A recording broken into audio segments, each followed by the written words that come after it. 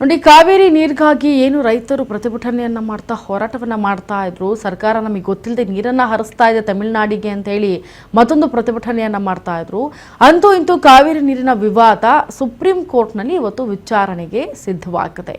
ಕರ್ನಾಟಕದ ವಿರುದ್ಧ ತಮಿಳುನಾಡು ಸಲ್ಲಿಸಿರುವಂತಹ ಅರ್ಜಿಯ ವಿಚಾರಣೆಯನ್ನ ಇವತ್ತು ಸುಪ್ರೀಂ ಕೋರ್ಟ್ನಲ್ಲಿ ವಿಚಾರಣೆಯನ್ನ ನಡೆಸೋದಕ್ಕೆ ಸಿದ್ಧತೆಯನ್ನ ಮಾಡಿಕೊಂಡಿದ್ದಾರೆ. ಇವತ್ತು ಕೋರ್ಟ್ನಲ್ಲಿ ಅಂದ್ರೆ ಸುಪ್ರೀಂ ಕೋರ್ಟ್ನಲ್ಲಿ ವಿಚಾರಣೆ ನಡೆಯುತ್ತೆ. ಇದೇ ಕಾವೇರಿ ನೀರಿನ ವಿವಾದದ ನಡುವೆ ನಡೀತಾ ಇರುವಂತಹ ಪ್ರತಿಭಟನೆಗಳು ಜೊತೆಗೆ ತಮಿಳುನಾಡಿನಲ್ಲಿ ಸಲ್ಲಿಸಿರುವಂತಹ ಅರ್ಜಿ ವಿಚಾರಣೆಗೆ ಸಂಬಂಧಪಟ್ಟಂತೆ ಸುಪ್ರೀಂ ಕೋರ್ಟ್ನಲ್ಲಿ ವಿಚಾರಣೆ ನಡೆಯುತ್ತೆ.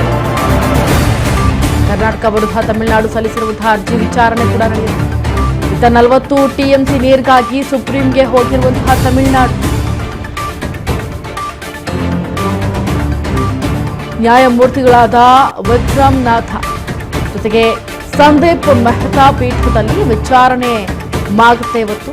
ಹೇಗಾಗಲೇ 15 TMC ನೀರನ್ನ ಬಿಡುವಂತೆ ಹೇಳಿರುವ CWMA ನಮಗೆ ಜೂನ್ ಅಥವಾ ಜುಲೈ ಜೂನ್-ಜುಲೈ 2 ತಿಂಗಳ 40 TMC ನೀರಿಗಾಗಿ ತಮಿಳುನಾಡು ಈಗ ಪಟ್ಟು ಹಿಡಿದು ಕೂತಿರೋದು. ಜೂನ್-ಜುಲೈನಲ್ಲಿ ಬಿಡಬೇಕಾಗಿರುವಂತಹ 40 TMC ನೀರನ್ನ ಇನ್ನೂ ಬಿಟ್ಟಿಲ್ಲ, ನಮ್ಗೆ ಅದು ಬೇಕು ಅಂತ ಹೇಳಿ ತಮಿಳುನಾಡು ಪಟ್ಟು ಹಿಡಿದು ಕೂತಿರೋದು. ಸುಪ್ರೀಂ ಮೆಟ್ಟಲು ಹೇಳಿರೋದು ತಕ್ಷಣವೇ ನೀರು ಹರಿಸಬೇಕು ಅಂತ ಹೇಳಿ ಆದೇಶವನ್ನ ನೀಡಿ ಅಂತ ಹೇಳಿ ಸುಪ್ರೀಂಗೆ ಪತ್ರವನ್ನ ಬರೆದು ಸುಪ್ರೀಂ ಮೆಟ್ಟಲನ್ನ ಹೇರಿರುವಂತಹ ತಮಿಳುನಾಡು ಪಟ್ಟು ಹಿಡಿದು ಕೂತಿರೋದ್ರಿಂದ ಇತ್ತ CWMA ಆದೇಶ ಪಾಲಿಸುವಂತೆ ಕರ್ನಾಟಕಕ್ಕೆ ನಿರ್ದೇಶನವನ್ನು ಕೂಡ ನೀಡಲು ಮನವಿಯನ್ನ ಮಾಡಿದ್ದಾರೆ. CWMA ಏನು 15 ದಿನಗಳ ಕಾಲ 4.5 TMC ನೀರನ್ನು ಬಿಡಬೇಕು ಅಂತ ಹೇಳಿತ್ತು, ಇದನ್ನೂ ಕೂಡ ಕರ್ನಾಟಕಕ್ಕೆ ಹೇಳಿ ಒಂದು ನಿರ್ದೇಶನವನ್ನು ಕೊಡಿ ಅಂತ ಹೇಳಿ ಅದನ್ನು ಕೂಡ ಮನವಿಯನ್ನ ಮಾಡಿಕೊಂಡಿದ್ದಾರೆ. ಇದರ ಬಗ್ಗೆ ಮತ್ತಷ್ಟು ಮಾಹಿತಿ ಕೊಡ್ತಾರೆ ನಮ್ಮ ಪ್ರತಿನಿಧಿ ಪ್ರವೀಣ್. ಪ್ರವೀಣ್, ಈಗ ನೀರಿಗಾಗಿ ಇಷ್ಟೊಂದು ಹಾಹಾಕಾರ ಶುರುವಾಗಿದೆ ಕರ್ನಾಟಕದಲ್ಲಿ, ಆದರೆ ತಮಿಳುನಾಡು ಯಾಕೆ ಈ ರೀತಿಯಾಗಿ ಪಟ್ಟು ಹಿಡಿದು ಕೂತಿರೋದು ಅಂತ ಈಗ ಇನ್ನೊಂದು ಕಡೆ ರೈತರು ಆರೋಪ ಮಾಡ್ತಾ ಇರೋದೇನು ಅಂತಂದ್ರೆ ಗೊತ್ತಿಲ್ಲದ ಹಾಗೇನೆ ತಮಿಳುನಾಡಿಗೆ ನೀರನ್ನು ಹರಿಸ್ಬಿಟ್ಟಿದ್ದಾರೆ ಅಂತೇಳಿ ಅದಕ್ಕೂ ಕೂಡ ಪ್ರತಿಭಟನೆ ಮಾಡಿದ್ರು. ಇದು ಎಷ್ಟರ ಮಟ್ಟಿಗೆ ಸರಿ, ಮತ್ತೆ ಇದ್ರ ಬಗ್ಗೆ ಅಪ್ಡೇಟ್ ಕೊಡೋದಾದ್ರೆ? ರೋಶ್ನಿ, ಇವತ್ತು ಸುಪ್ರೀಂ ಕೋರ್ಟ್ ನಲ್ಲಿ ಕಾವೇರಿ ಕದನ ಅಂದ್ರೆ ತೀರ್ಪು ಇದೆ. ಯಾಕೆಂದ್ರೆ ಈಗ ಎರಡೂ ರಾಜ್ಯಗಳು ಏನು ತಮಿಳುನಾಡು ಮತ್ತು ಕರ್ನಾಟಕ ಎರಡೂ ರಾಜ್ಯಗಳು ಈಗ ಏನು ಸುಪ್ರೀಂ ಕೋರ್ಟ್ ನ ಮೊರೆ ಹೋಗಿರುವಂತದ್ದು. ಈ ದಿನ ಏನು ದ್ವಿಸದಸ್ಯ ಪೀಠದಲ್ಲಿ ಈ ಒಂದು ಅರ್ಜಿ ವಿಚಾರಣೆಗೆ ಬರಲಿದೆ. ನ್ಯಾಯಮೂರ್ತಿಗಳಾದಂತಹ ವಿಕ್ರಮ್ ನಾಥ್ ಮತ್ತೆ ಸಂದೀಪ್ ಮೆಹ್ತಾ ಪೀಠದಲ್ಲಿ ವಿಚಾರಣೆ ನಡೆದಿದೆ. ಯಾಕೆಂದ್ರೆ ಏನು CWMA 15 TMC ನೀರನ್ನ ಬಿಡುವಂತೆ ಆದೇಶ ಏನ್ ಮಾಡಿತ್ತು, ಆ ಆದೇಶವನ್ನ ಪ್ರಶ್ನಿಸಿ ಈಗ ಇಬ್ರು ಕೂಡ ಏನು ಸುಪ್ರೀಂ ಕೋರ್ಟ್ ನ ಮೆಟ್ಲೇರಿರುವಂತದ್ದು.